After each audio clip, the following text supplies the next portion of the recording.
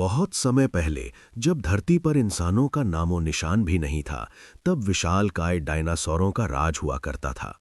हरे भरे जंगल, ऊंचे ऊंचे पेड़, उफनती नदियां और खुला आसमान, सब कुछ उनके लिए ही था।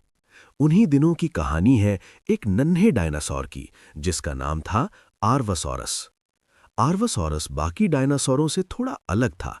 वो बहुत जिज्ञासु था और हर नई चीज को जानना चाहता था। जब उसके साथी सिर्फ खाना ढूंढने और आराम करने में लगे रहते, तब आर्वासोरस दूर पहाड़ियों, जंगलों और झीलों को देखने निकल पड़ता। उसकी माँ उसे समझाती, दूर मत जाया कर, दुनिया खतरों से भरी है। लेकिन आर्वासोरस के दिल में साहस और सीखने की ललक भरी थी। एक दिन वो जंगल के उस हिस्से में पहुंच गया जहां पहले कभी कोई नहीं गया था। वहां उसने देखा कि जमीन हिल रही है और आसमान में धुआं सा उठ रहा है। पास ही एक ज्वालामुखी था जो धीरे धीरे जाग रहा था। आर्वसोरस डर गया, लेकिन समझ गया कि यह खतरा पूरे जंगल के लिए हो सकता है। वो तेजी से वापस अपने झुंड की ओर दौड़ा। रास्ते में उसे कई मुश्किलों का सामना करना पड़ा। कीचड़ भरी जमीन, गहरी खाई और कुछ खूंखार मांसाहारी डायनासोर। लेकिन हिम्मत न हारते हुए वो आखिरकार अपने परिवार तक पहुंच गया और सबको ज्वालामुखी के बारे में बताया। पहले तो किसी ने उसकी बात पर भरोसा नहीं किया, लेकिन जब धरती सच में कांपने लगी, तब सब समझ गए कि खतरा करीब है। तुरंत सारे डायनासोर सुरक्षित जगह की ओर निकल पड़े। बड़े, बूढ़े, छोटे बच्चे सब एक दूसरे की मदद करते हुए आगे बढ़े। आर्वासोरस सबसे आगे चल रहा था क्योंकि उसने रास्ता देखा था।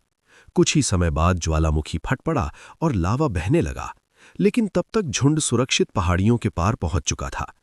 उस दिन आर्वासोरस सिर्फ एक नन्हा डायनासोर नहीं रहा, बल्कि पूरे झुंड का नायक बन गया। उसकी मां ने गर्व से कहा, तुम्हारी जिज्ञासा ने आज सबकी जान बचा ली। आर्वासोरस को समझ आ गया कि सीखने और सही समय पर साहस दिखाने से बड़ी मुश्किल भी टाली जा सकती है।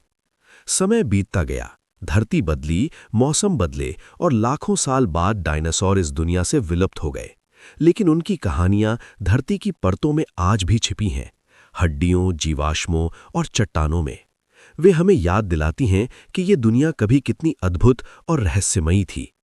डायनासोरों की कहानी सिर्फ विशाल शरीर और डरावनी दहाड़ की नहीं है, बल्कि साहस, जिज्ञासा और प्रकृति के बदलाव को समझने की भी है। और शायद इसी वजह से आज भी जब हम उनका नाम सुनते हैं, तो हमारी कल्पना एक अनोखी दुनिया में उड़ने लगती है।